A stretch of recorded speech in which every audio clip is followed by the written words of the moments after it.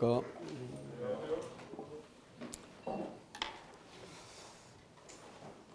요한일서 말씀을 함께 보겠습니다.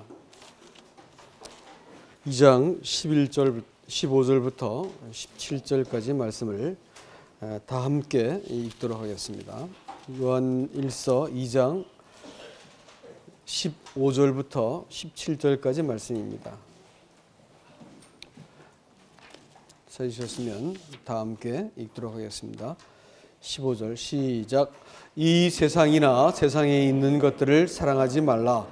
누구든지 세상을 사랑하면 아버지의 사랑이 그 안에 있지 아니하니 이는 세상에 있는 모든 것이 육신의 정욕과 안목의 정욕과 이생의 자랑이니 아버지께로부터 온 것이 아니요 세상으로부터 온 것이라.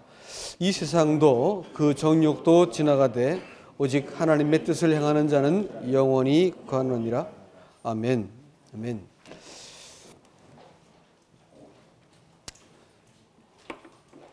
오늘 성경이 요한일서가 기록되어진 목적을 성경은 너희 기쁨을 충만하게 하려 함이다라는 말씀으로 시작합니다. 여러분 이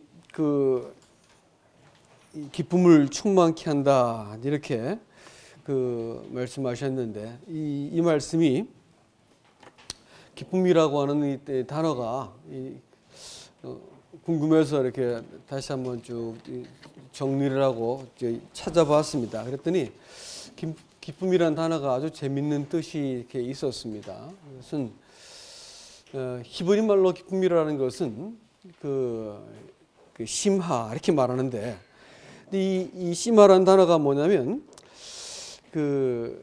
이 쉰이라고 하는 단어하고 맴이라는 단어하고 헤트하고 헤라는 단어가 모여가지고 심하 이렇게 읽는데 히브리 말에는 그 글자가 한 글자 한 글자가 다 의미가 있다고 말씀을 드렸죠. 그래서 이 심이라는 단어가 뭐냐면 쉰이라는 단어가 갖고 있는 것이 하나님의 형상입니다. 맴이라고 한 단어는 이 생명 혹은 하나님의 말씀 이런 뜻으로 갖고 있는 의미가 있습니다. 그리고 헤트라고 하는 것은 울타리라는 뜻이 있고 동시에 또 하나님의 교훈으로 변화되는 사람을 얘기할 때 헤트라는 단어를 또 쓰지요. 그다음에 헤이라고 하는 단어는 보라 이런 뜻인데 어떤 사람의 어떤 실존 이런 것을 얘기할 때 쓰는 단어입니다. 말을 정리해보면 뭐냐면 하나님의 말씀에 의해서 말씀으로 교훈을 받아가지고 변화되고 있는 사람을 이야기할 때 변화되고 있는 실존 그 상태 그런 사람을 얘기할 때 심하 이렇게 얘기합니다. 이것을 성경이 기쁨이라는 단어로 쓰고 있다는 것은 매우 특별한 뜻이 될 것입니다. 그렇죠? 우리는 보통 기쁨이라는 것을 무엇인가 성취하거나 어떤 것을 얻을 때 기뻐하죠. 그래서 대학에 이렇게 원하는 대학을 들어가면 아이들이 막 뛸 듯이 기뻐하고 또 좋은 직장에 들어갔다거나 또 어떤 뭐가 당첨이 됐다거나 이래가지고 새로운 집에 들어갔다거나 이렇게 되면 기뻐서 이렇게 합니다. 근데 이런 이제 기쁨은 성경에서도 단어를 다르게 쓰고 있죠. 이 헬라어 말에서도 기쁨이라는 단어는 카라라고 쓰고 세상적인 기쁨을 가지고 얘기할 때 그 단어는 이 마노스 이렇게 마소스 참 얘기합니다. 그래서 이것은 무슨 뜻이냐면 이거는 무엇을 성취할 때 얻는 이제 기쁨이고 카라라고 하는 단어는 무슨 뜻이 또 있냐면 카리스 이렇게 말하면 은혜라고 하는 뜻이 됩니다. 카리스마 이렇게 하면 뭐가 될까요? 은사가 되겠죠. 그죠? 또 유카리스티스 이렇게 말하면 우리가 주일날 떼고 있는 성만찬을 얘기할 때 유카리티스 이렇게 말합니다. 감사, 예수님께서 떡을 들어 축사하시고라고 할 때 축사라고 하는 단어가 유카리스티스 이렇게 됩니다. 그러니까 이제 말들을 이제 정리해 보면 이런 뜻이 됩니다. 기쁨이라고 하는 단어는 이 하나님이 이 천지를 창조하시고 나서 기뻐하셨어요. 많이 기뻐하시고 특히 사람을 짓고 나서 하나님께서 매우 기뻐하셨습니다. 그러니까 이 하나님과 사람 사이에서 사람이 어디서 기쁨을 찾게 되어 있냐면 하나님 앞에서 기쁨을, 하나님 안에서 기쁨을 찾도록 그렇게 사람을 창조하셨습니다. 그러니까 사람이 하나님과의 관계가 정상적이고 바르고 하나님이 사람을 위하시고 사랑하시고 함께 하신다고 하고 또 나를 이렇게 용납하셨다고 하는 사실을 알 때 마음속에 안도가 되면서 큰 기쁨이 몰려오죠. 여러분 구원받을 때 그와 같은 기쁨을 경험했으리라고 생각이 듭니다. 기쁨이란 말과 은혜란 말이 다르지 않는 것이 하나님이 우리를 예수 그리스도의 이 희생을 통해서 하나님과 화목하게 만들어질 때 하나님의 기쁨이 사람 속에 그대로 밀려 들어왔기 때문에 사람 속에 구원받을 때 그렇게 커다란 기쁨이 있었습니다. 근데 이 땅을 살아가면서 그리스도인들은 점점 기쁨을 잃어가고 살고 있습니다. 그것은 뭐냐면 하나님이 오늘 우리 성경 공부에서 같은 얘기 했었는데 사람들의 죄들을 용서하신 것은 그리스도의 보혈을 통해서 십자가의 보혈을 통해서 우리 죄들을 다 사면하시고 용서했습니다. 그러나 정말 커다란 문제는 죄들일까요? 아니면 죄들을 자꾸 생산해내고 있는 죄일까요? 네? 죄겠죠. 죄입니다. 근데 죄라고 하는 것은 이게 참 헷갈리는 것이 이게 아주 거룩한 표정을 지을 줄도 알고 아주 거룩한 웃음도 지을 줄 알고 열심도 있고 또 선한 그 표정을 짓고 나타나기도 하고 겉으로 볼 때는 무지하게 이게 이 선해 보인다는데 문제가 있습니다. 이것이 사람 속에 이렇게 떡하니 있는데 이 선이라고 말하는 그것이 말이지요. 이 사람 안에서 때로는 이것이 자존심으로 또 때로는 탐심으로 이기심으로 자리를 잡고 있기 때문에 사람이 여기에서 거짓말도 하고 과장도 하고 이렇게 또 이렇게 폭력도 행사하고 이 부당한 권리와 그 일들을 저지를 수 있는 것이 바로 죄입니다. 죄는 사람의 마음속에 주인같이 떡하니 버티고 있어가지고 이것은 용서로 해결될 수 있는 게 아닙니다. 죄들은 용서로 해결되지만 마음속에 이렇게 지키고 있는 사람의 교만한 이 본성은 용서 가지고 해결되는 게 아닌 것이죠. 그래서 예를 들어 자식이 아버지한테서 잘못을 저질렀습니다. 자식이 용서를 구하지 않아요. 나 뭐 잘못했는데 이렇게 나왔습니다. 그럼 어떻게 할까요? 용서한다고 될 수 있을까요? 이건? 용서한다고 문제가 풀어질 수 있나요? 안 되겠죠.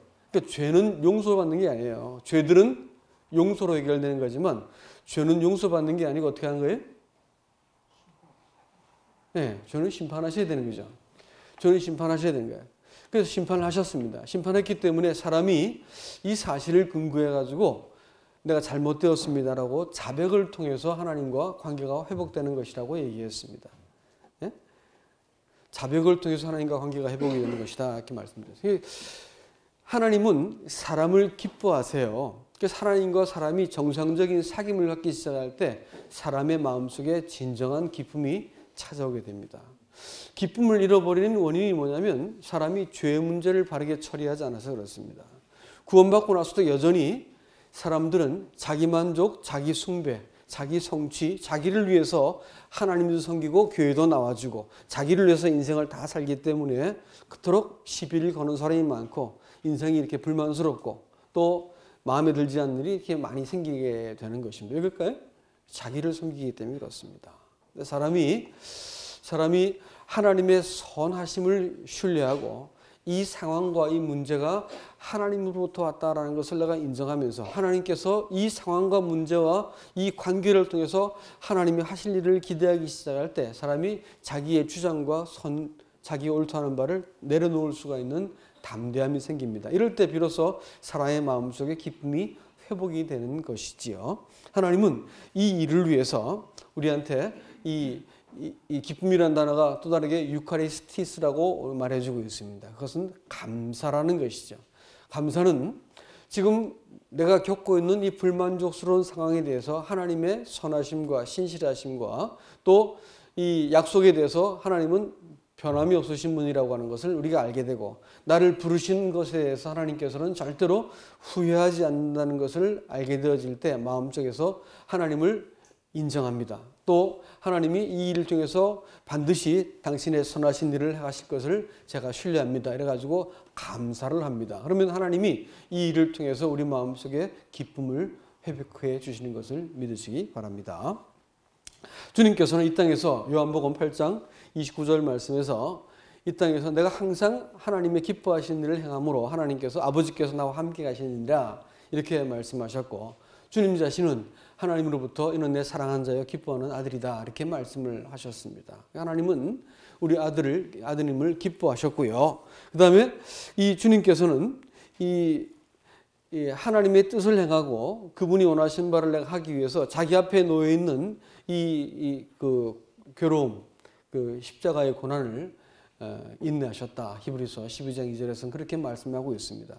그리스도인들이 하나님의 기뻐하시는 바에 나 자신을 맡겨드리고 내가 그분의 기뻐하시는 바를 따르고자 할 때 하나님이 우리 마음속에 이 기쁨을 회복하십니다. 또 기쁨은 다름 아닌 성령의 열매인 것을 여러분 기억하고 계시죠?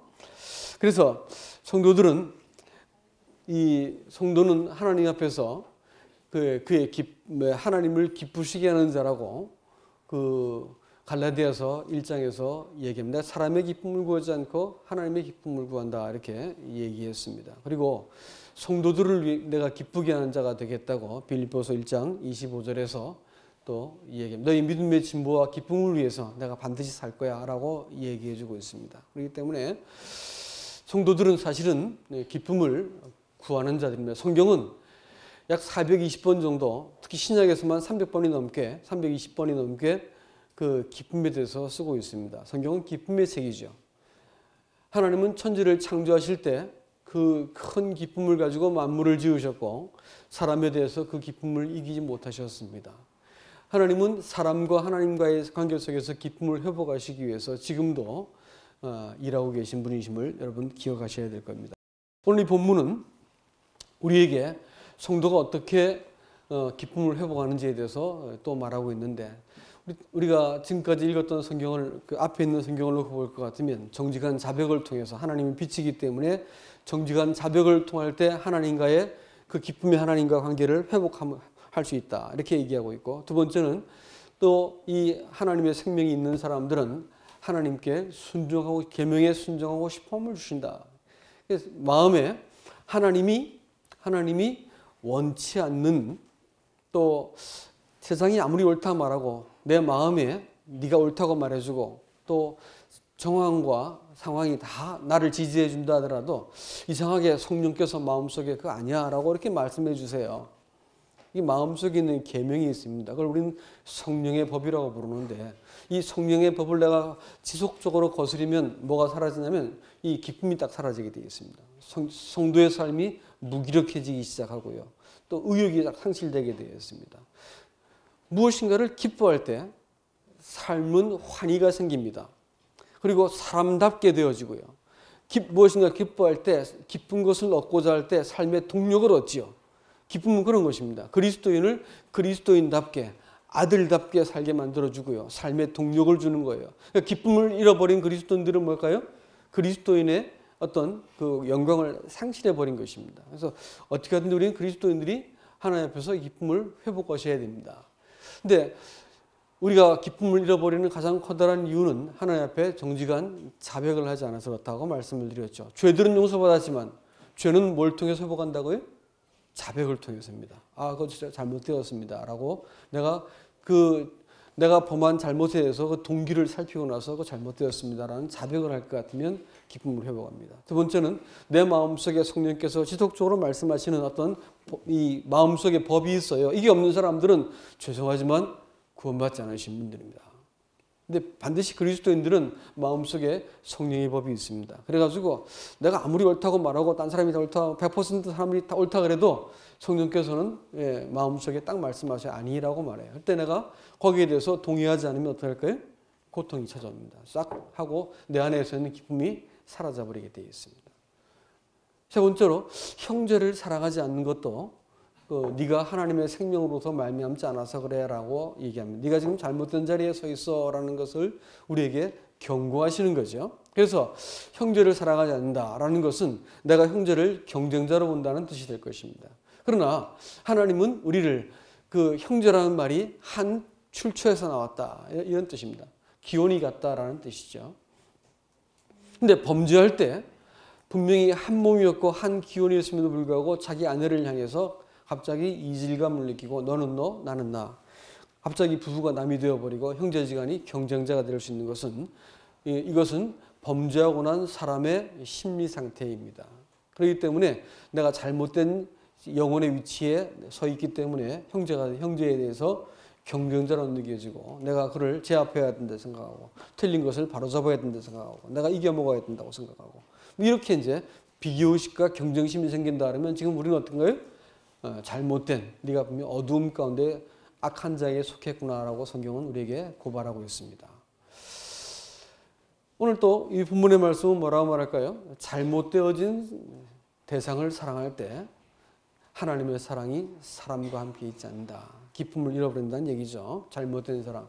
그것은 세상이라고 말하는 것입니다. 여러분 세상이라고 성경에 쓰여진 용례가 세 가지가 있습니다. 하나는 하나님이 지으신 만물을 말할 때 세상이라고 말합니다. 이것은 잘못된 것이 없죠. 만물은 잘못된 게 없습니다. 하나님이 지은 창조의 목적대로 그것은 좋은 것입니다. 유익한 것이고 음식이 나쁜 걸까요? 탐식이 잘못된 것이죠. 그렇죠? 성 잘못된 걸까요? 우리가 자손을 만들어내는 과정인데 그것이 뭐 잘못됐겠어요. 근데 그것이 잘못 사용될 때 가장 추악한 일들이 벌어지지요. 그렇죠? 권위 참 좋은 거죠. 잘못 쓰면 어떻게 할까요? 아주 나쁜 일이 벌어집니다. 권위를 잘못 쓰면. 그렇죠? 하나님이 지금 모든 건 다 선하고 좋은 거예요. 근데 그것을 잘못 사용하게 되고 내가 잘못된 자리에서 바라보게 될 때 그것은 나쁜 것이 되는 것입니다. 하나님께서 만물을 선하게 지었기 때문에 그것은 매우 좋은 것입니다.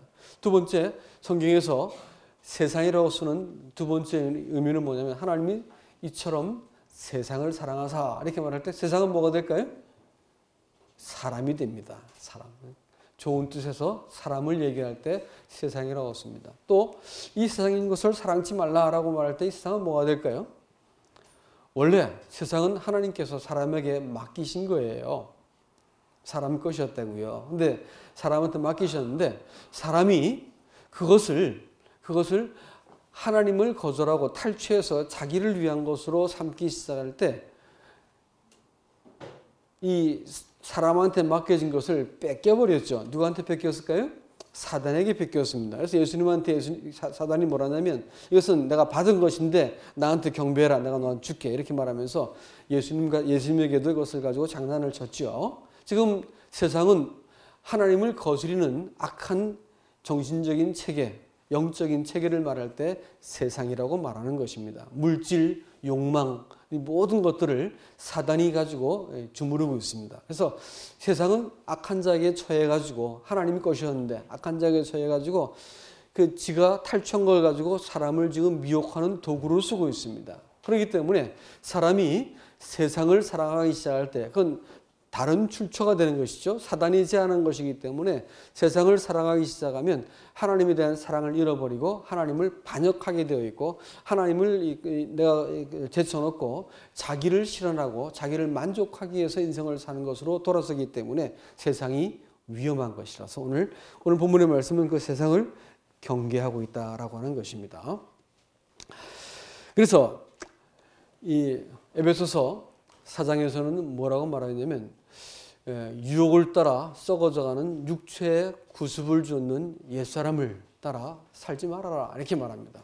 그걸 육체의 그 유혹을 따라 사는 구습을 줍는 사람 이걸 옛사람이라고 말하고 있습니다. 그래서 이 사람들이 그 결국은 이 세상을 살아가는 그것이 자기의 이 마음속에 있는 오늘 본문의 말씀은 육신의 정욕과 안목의 정욕과 이생의 자랑이다 이렇게 말했는데 이걸 정리해보면 이런 겁니다. 육신의 정욕이라는 것은 제일 하위적인 감각적이고 쾌락을 말하는 표현입니다. 이 가장 하위적인 것이죠. 그 다음에 안목의 정욕이라는 것은 한 중간 단계쯤 된다고 볼 수 있습니다. 그것은 뭐냐면 사람 안에 있는 비교의식, 시기심 뭐 이런 것들을 이야기할 수 있습니다. 에베소서 2장에서는 이것을 가지고 너희가 이 궁중의 권세 잡은 자를 따랐고 너희가 그때 그 안에서 행했다 이렇게 말하면서 육체와 마음에 원하는 것을 하여 본질상 하나님의 진노의 자녀였다. 하나님 앞에서 너희가 본질적으로 그 본성이 하나님의 진노 앞에 있었다라고 이야기해 주고 있습니다. 육체에 원하는 건 뭘까요? 그것은 육신의 정욕입니다. 그러면 마음에 원하는 건 뭘까요? 그것은 안목의 정욕이죠. 눈을 통해 역사합니다. 그래가지고 마음속에서 탐심이 생기고 시기심이 생기고 하는 것들이 다 안목의 정욕이 될 것입니다. 세 번째로 이 이생의 자랑입니다. 이 땅에 살면서 사람들이 왜 사느냐? 딱 한마디로 말하면 자랑거리 없고자 하기 위해서입니다. 돈 모은 사람들 자기가 돈 가지고 그 돈 지폐 세고 있는다고 행복해지겠습니까? 처음엔 좋지만 나중에는 그걸로 행복한 게 아니거든요. 다른 사람이 자기를 존중히 여겨주고 또 권력 가진 사람이 권력 자체가 그 사람을 행복하게 만들까요? 아니죠. 다른 사람이 그걸 가지고 자기를 존중히 여겨주니까 이게 좋은 거예요. 그렇죠? 그래서 사람들이 이와 같이 그 마음속에서 자랑거리를 얻기 위해서 이 땅을 살아간다 이렇게 말할 수가 있습니다. 세 번째 이생의 자랑이다 이렇게 말하는 것은 가장 이 고차원적인 욕망입니다. 그래서 이것은 사람 안에서 그 자기 성취, 자기 실현, 자기가 인정받는 것들을 얻기 위해서 이 땅을 살게 되어지는 이 모든 것들이 성경은 이 죄라고 세상이라고 단호하게 얘기합니다.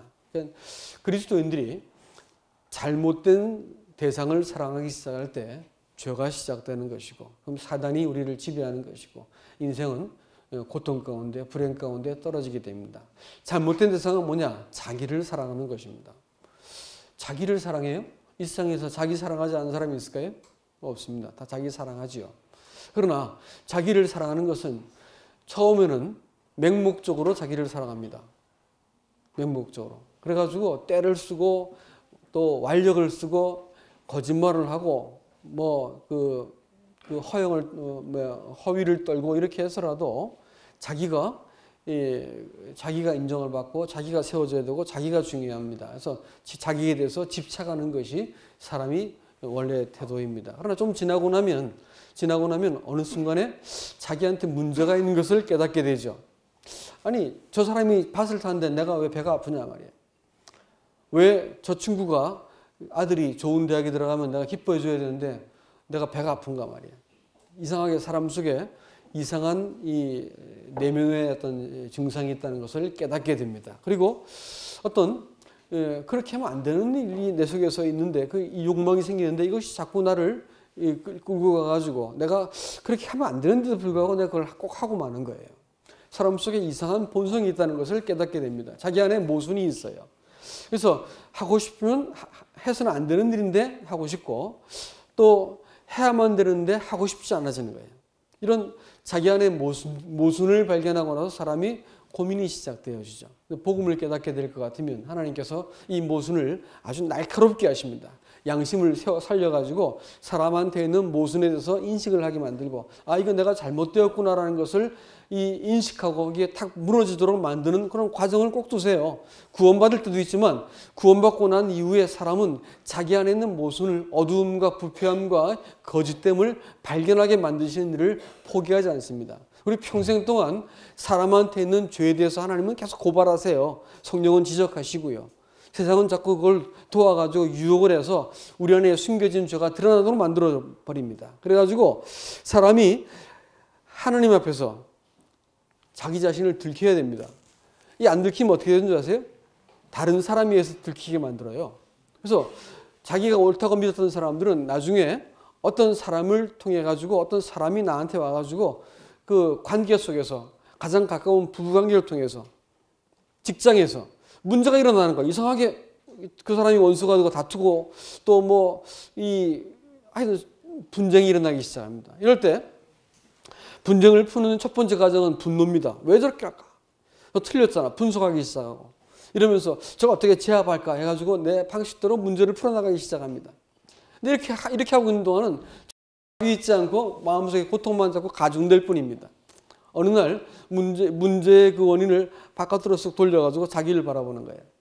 봤더니 이건 나한테도 문제가 있구나라는 것이 인식이 되기 시작합니다. 문제가 이제 회복이 되어가는 과정입니다. 자기 자신을 이제 보기 시작한 거죠. 그러다가 이제 마지막으로 눈이 어디로 돌아가야 될까요? 하나님께로 향하는 것입니다. 하나님을 통해서 바라볼 때 이게 잘못되었구나. 하나님께서 지금 저 사람을 통해서 나를 고치려고 하는구나 라는 것을 이해하기 시작하면서 비로소 자기 자신을 하나님 앞에 턱 하고 내려놓게 됩니다. 하나님이 이와 같은 나를 사랑하셨다고 또 이와 같은 나를 고치셔가지고 자기 영광 가운데 나를 두시기 위해서 하셨다는 것을 알게 될 때 비로소 하나님의 시각에서 자기를 사랑하게 되어지는 진정한 의미의 자기 사랑이 시작됩니다. 이것을 우리는 거룩하다 이렇게 표현하는 것이에요. 성도는 자기를 사랑해야 되는데 어떻게 사랑하는 거라고요? 하나님의 눈에서 자기를 사랑하는 거예요. 예? 안 그러면 어떻게 해요? 자기가 제 눈으로 자기를 사랑하게 되면 제일 구질구질해집니다. 어린아이들이 때려 쓰는 것은 그냥 봐주기나 하지. 애들도 보기 싫잖아요. 그렇잖아요? 아이들 키워보셨죠? 애 키울 때 애들이 막 떼쓰고 막 뒤집어주고 해내라고 엄마 막 이겨먹으려 들면 보기 싫어요. 애들인데 보기 싫습니다. 그러면 한 70, 80 되신 분들이 며느리하고 자식아 막 그냥 그 쥐락펴락 하려고 들면 사랑스러울까요? 아주 보기 싫습니다. 연세가 들어도 보기 싫어요. 사람이 자기 입장에서 자기를 사랑하는 것, 그것은 말세의 징조라고 디모데후서 3장은 말합니다. 말세가 되면 사람들이 자기를 사랑하는데 뭘 사랑하냐면 돈을 사랑하고 쾌락을 사랑한다 했어요. 돈을 사랑해요. 왜 사랑할까요? 힘이니까 사랑하는 거예요. 돈이 힘이니까 사랑한다고요. 의지할 대상이잖아요. 그러니까 사랑하지요. 자기를 사랑하는 아주 유치한 방법입니다. 또 뭘 사랑해요? 쾌락을 사랑합니다. 그래서 쾌락을 하나님 사랑보다 더 사랑하게 되어 있어요. 자기 사랑이라는 것이 이 말세를 특징짓는 중요한 어떤 그 표식입니다. 그리고 하나님 사랑하는 것보다 쾌락을 더 사랑한다. 이렇게 얘기했습니다. 그렇다면 정상적인 신앙은 뭐냐면 하나님을 사랑하는 것이다. 이렇게 말할 수 있을 것입니다. 사실 하나님이 우리를 사랑했기 때문에 하나님과 온전한 사귐, 온전한 관계를 맺기 위해서는 우리는 어떻게 해야 될까요? 하나님을 사랑하는 겁니다. 사랑을 받아들이는 것은 신앙의 초보 단계죠. 그러니까 아이들아 이렇게 불러서 너희가 죄사함을 받았으며 죄사함 받은 걸로 기쁠 때가 있었잖아요. 그렇죠? 죄사함 받은 걸 기뻤잖아요. 받은 게 좋았단 말이야. 기뻤단 말이야. 천국 간다. 죄사함 받았다. 하나님 은혜를 내게 베풀어 주셨어. 감사해. 이래가지고 받은 것 때문에 기뻐할 때가 한때 있었습니다. 그러나 나이가 들고 애비가 되고 나면 어떻게 해야 된다고요? 태초부터 계신 분을 아시는 거예요. 어떻게 해서 나를 사랑하셨는가를 쭉 알게 될 때 내 마음속에 그분을 알게 되어지니까 관계가 이제 상호적인 것이 됩니다. 그래서 하나님 감사합니다. 사랑합니다. 신뢰합니다. 제가 어떤 상황이 돼도 하나님 사랑합니다. 이런 이제 고백이 내어지는 애비가 되는 겁니다. 신앙은 이와 같은 하나님에 대해서 내 편에서의 어떤 이 반응과 고백이 생기기 시작할 때 사랑하는 관계가 만들어지는 것이 하나님의 이 목적이세요. 사랑하지 않고는 절대 사랑을 만날 수 없습니다. 어떤 대상을 내가 분석하고 이해하고 이용하려 드는 동안은 절대 사랑하는 관계가 아닙니다. 부부관계가 만일 내가 이용하고 내가 저 여자를 혹은 저 남자를 이용하고 또 저 남자는 나를 반드시 섬겨줘야 되고 이런 식으로 관계를 맺으려면 어떻게 할까요? 아주 이 세상에서 가장 비참한 관계가 됩니다. 부자지간이 부부관계가 또 사랑하는 사람 관계가 이와 같다면 이 세상에서 가장 비참한 관계가 그런 것입니다. 그런데 하나님이 이 사람을 사랑했기 때문에 이쪽에서도 반대쪽에서도 나도 사랑합니다라고 고백하면서 사랑에 응대하기 시작할 때 사랑이 완전해지는 것이죠. 이 세상에 제일 질이 나쁜 죄가 뭐냐면 사랑을 이용해 먹는 겁니다. 그 어떤 그야말로 수뇌부를 갖고 사랑했는데 상대편에서는 내 사랑을 이용해 먹었다 싶을 때 그 분노는 뭐라고 표현할 수 있을까요? 어떤 사람이 재밌는 얘기를 하더라고. 개가 자기를 잘 충성스럽게 따랐었는데 어느 날 작정하라고 개를 잡아먹기로 했습니다. 그래서 저 개를 목을 매가지고 옛날 방식으로 두들겨 패가지고 막 이렇게 해가지고 죽였어요. 그래가지고 불을 탁 뗐는데 개가 기절해서 죽은 줄 알았더니 기절하고 있었던 거라. 그래서 불을 아래서 거슬리니까 놀래가지고 나이롱줄이 끊어져서 도망가 버리는 거예요. 막 도망가는 개를 뒤를 바라보고 와리 부르는 주인이 부르니까 다시 그 개가 도망가다 말고 꼬리를 흔들고 쫓아오는 거야. 근데 그걸 다시 목매달아 죽여버렸어. 잡아먹어버렸어. 같은 사람이면서도 어떤 사람이 하는 얘기가 자기는 그거 못 먹겠더라 이게. 그렇게 얘기하는 거예요. 나는 그 개고기 좋아해도 못 먹겠더라 이렇게 말하더라고요. 그럼 사랑, 상대방이 나를 믿어줬는데 그걸 속여 먹었어. 이용해 먹었어. 그거보다 질이 나쁜 게 어디 있겠어요. 그렇죠? 하나님이 사람을 사랑하셨어. 근데 죄져도 괜찮아. 나 사랑하시거든. 용서받았거든. 괜찮아. 이러고 살면 될까요?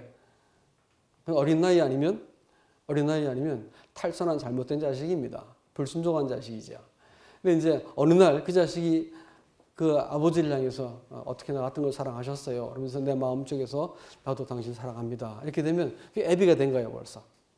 그리고 아버지의 마음이 내 마음속에 말씀이 거한되어 있죠. 말씀이 거하면 나는 이미 이 흉악한 자, 사단을 대적하고 이길 수 있는 힘들을 얻게 되는 것입니다. 성경이 지금 그걸 얘기하고 있죠. 말씀을 정리하겠습니다. 우리는 이 땅을 살면서 어떤 사람으로 살아야 할 것인가 생각해 봐야 됩니다. 어떤 사람으로 살아야 할 것인가. 세상을 바라보는 관점에 따라서 세상은 전혀 다르게 보여집니다. 세상을 내가 하나님과의 깨어진 관계 때문에 찾아온 불안감, 무엇을 만회해야 되겠다는 생각, 내가 옳다는 것을 증명해야 되겠다는 이 범죄한 상태의 사람의 이 불완전한 것을 채우기 위해서 사람은 물질을 소유하고 권력을 쥐고자 하고 인간관계를 내가 지배하려고 하는 어떤 못된 본성이 있습니다. 그렇기 때문에 이것 가지고 다른 사람한테 자꾸 말하고 자꾸 막 이렇게 무엇을 소유하려 들고 이렇게 하는 그것은 사실은 죄성 때문에 그런 거예요. 하나님과 깨어진 관계에 대한 반증입니다. 그렇기 때문에 그리스도인들이 하나님 앞에 있다. 그분 앞에 내가 받아들여진 바 되어졌고 하나님이 내 모든 상황들을 공감해 주시고 내 편이시다는 것을 내가 이야기하기 시작할 때 마음 깊은 곳에서 안심이 되어지고 평안이 찾아오고 내가 주님 것이군요. 그러면서 내가 있는 그대가 내 존재가 받아들여졌다고 하는 사실로부터 내 생각이 출발합니다. 세상을 바라볼 때 세상은 사랑할 대상이죠. 내가 보호하고 사랑하고 하나님 것으로 잘 관리할 수 있게 되어집니다. 그렇죠? 그러니까 어떻게 우리가 이 세상을 바라봐야 될 것인가라는 것을 한번 깊이 생각을 해보셔야 된다라는 것입니다. 이 사람의 마음은 한 대상밖에는 사랑할 수 없는 존재입니다. 세상을 사랑하든지 주님을 사랑하든지 또 세상을 목적으로 하든지 내가 주님을 목적으로 하든지 한 가지만 목적으로 해야 돼요. 그리스도가 내 인생의 목적이 아닌 인생은 살면 살수록 나이가 들면 들수록 별로 쓸모가 없는 사람이 되어집니다. 그러나 인생이 그리스도를 목적으로 하고 인생을 살면 내 살아온 모든 평생이 점점 정교하고 예리하게 또 힘있게 그 하나님의 나라를 내가 쫓아가게 된다라는 것입니다. 그래서 이 하나님이 성도로 하여금 네가 하나님을 사랑하는 사람이 되길 바란다라는 내가 너를 사랑한 것처럼 네가 나를 사랑하기 원한다 이렇게 말씀해 주고 계십니다. 그리고 네가 어떤 사람으로 살아야겠니? 라고 되묻고 계신 것이죠. 세상을 사랑하지 말고 지나가는 거야. 그거 지나가는 거야. 그 과정에 집착하지 말아라. 이 또한 지나갈 거야. 주님이 목적이야. 그분께서 선하시기 때문에 지금 있는 네 상황들을 충분히 바꾸실 수 있어. 문제를 개선하실 수 있어. 그분의 선하심을 꼭 신뢰해야 된다. 그러면서 나는 실패한 것처럼 보이는 그 상황들을 가지고 하나님을 의지하기 시작할 때 하나님께서 그 상황을 가지고 변화시켜 가시는 거예요. 이걸 신뢰하고 이것을 경험해가는 과정이 신앙의 묘미가 아니겠습니까? 하나님께서 그걸 우리에게 바라고 계십니다. 그래서 결국은 이 땅을 우리가 지났을 때 하나님 앞에서 고백하는 것이 뭐라 하냐면 멸류관을 벗어드린다고 말하는 것은 하나님의 은혜, 당신의 사랑이 내 인생을 여기까지 오게 만들었어요. 제가 한 거 아무것도 없었습니다. 라고 말하면서 내가 이 그 면류관을 벗어드릴 것입니다. 두말할 것 없이 주님께서는 그 면류관을 우리에게 다시 씌워주면서 말씀하실 겁니다. 아니다. 네가 나를 사랑한 건 내가 잘 안다. 이렇게 말씀할 거예요. 맨 마지막에 뭐만 남을까요? 하나님이 우리가 하나님 사랑한 것만 남을 거예요. 우리 인생은 하나님이 내가 나 된 것은 하나님의 은혜다. 일방적인 사랑이죠. 하나님의 일방적인 사랑, 그 은혜가 오늘 내가 나 되게 만들었습니다. 내 인생 평생 하나님의 은혜가 나를 붙으셨습니다. 라고 고백한 것처럼 맨 마지막에 하나님께서 뭘 확인할까요? 내가 주님이 사랑한 것만 확인할게요. 그것만 남게. 딴 거 다 없어지고 그것만 남게 될 겁니다. 그렇기 때문에 바울이 사랑해야 된다 이렇게 말하고, 또 예수님께서 떠나시면서 구차하게 그 제자한테 가서 네가 날 사랑하냐 이렇게 물어보셨습니다. 우리가 예수님을 사랑하지 않으면 절대 우리 순례길을 다 못 가게 되어 있습니다. 세상을 겸하여 사랑하면 신앙생활은 반드시 이 뒤뚱거리고 균형을 깨뜨리게 되어 있습니다. 우리 신앙을 붙들고 세우는 것은 예수님이 사랑하는 거예요. 예수님이 사랑하는 거예요. 내가 예수님을 사랑하지 않고 하고 있는 그 모든 일들은 그 일이 나를 삼킬 겁니다. 예수님 사랑하기 때문에 내가 이 일도 하고 저 일도 합니다라는 고백을 할 수 있기 바랍니다.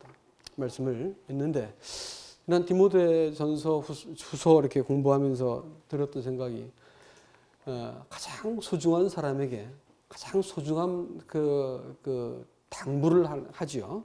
그때 이제 그것도 죽을 때 합니다. 죽을 때 하는 유언은 인생을 통틀어서 나한테 꼭 남기고 싶은 게 있다라고 할 때 유언을 통해서 말씀하잖아요. 그렇죠? 예수님께서 이 땅을 사시면서 마지막 유언을 하신 것이 너 복음 전해라. 천하 만민에게 복음 전해라. 내가 어디 가든 너와 함께 있을게. 이렇게 말씀해 주셨고, 바울도 이 땅을 떠나는 마지막 디모데후서 4장에서 사랑하는 제자한테 전도인의 일을 해라. 내가 하나님의 나타나심과 심판하실 그리스도 앞에서, 죽으심과 부활 앞에서 다 그의 나라를 통틀어서 내가 너한테 엄히 명하노니 라고 하면서, 그보다 더 최선의 표현을 동원할 수 없을 만큼 모든 걸 다 동원해가지고 한 말이 복음을 전해라. 전도인의 삶을 살아라. 이렇게 얘기했습니다. 그 교회가 또 개인이 내 하고 있는 일, 만나는 관계 속에서 복음을 전할 의도를 잃어버린 채 일을 하고 있고 사람을 만나고 있으면 지금 잘못된 자리에 있습니다. 잘못된 자리에 와 있습니다. 지금 여러분 하고 있는 일, 어떤 결정, 어떤 선택, 인간관계, 사람 만나는 일, 그 모든 것에 뭘 마음속에 품고 있어야 될까요? 복음 전하는 관계 품고 있어야 됩니다. 이 일들이 빠져버리면, 사실 너가 나를 사랑하면 내 계명을 지킨다 했었는데, 우리는 하나님과 잘못된 트랙을 걷고 있는 사람들입니다. 어떻게든지 내 일은 복음을 전하는 일에 연결되어 있어야 되고, 그것이 내 마음속에 관심이어야 되고, 마음속에 품은 소원이어야 됩니다. 이것을 혼자 겨룰 때 어떻게 할까요? 같이 하면 되죠. 누구랑 같이 해요? 가정 모임에서 같이 하세요. 어려우면 어떻게 해요? 저를 부르세요. 저 쫓아갈 테니까 어디든지. 그래서 교회가 이 일들을 계속하고 있는 동안 하나님은 이 교회 가운데, 교회가 하나님이 그 사랑하시는 이 대상이라고서는 증거를 계속 품고 있는 것이기 때문에 이 일들을 계속함으로써 하나님께서 우리를 기뻐하시는 그 근거를 우리가 확인할 수 있길 원합니다. 이제 해가 이제 바뀌게 되죠. 연말 되니까 또 이제 가정 모임 다시 재편합니다. 이번 가정 모임 재편은 사역을 하기 위해서 모이시기 바랍니다. 우리끼리 좋은 교제 나누는 것은 하나님께서 덤으로 주시도록 어떻게 하면 이 지역에서 영혼들을 얻을 수 있을까?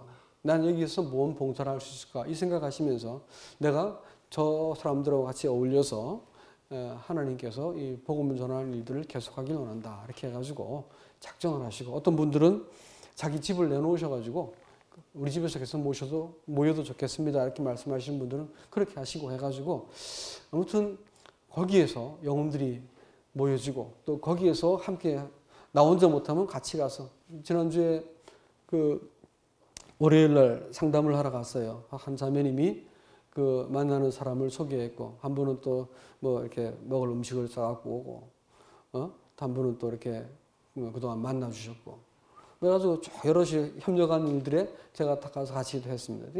하고 오는데 그 자체가 좋더라고요.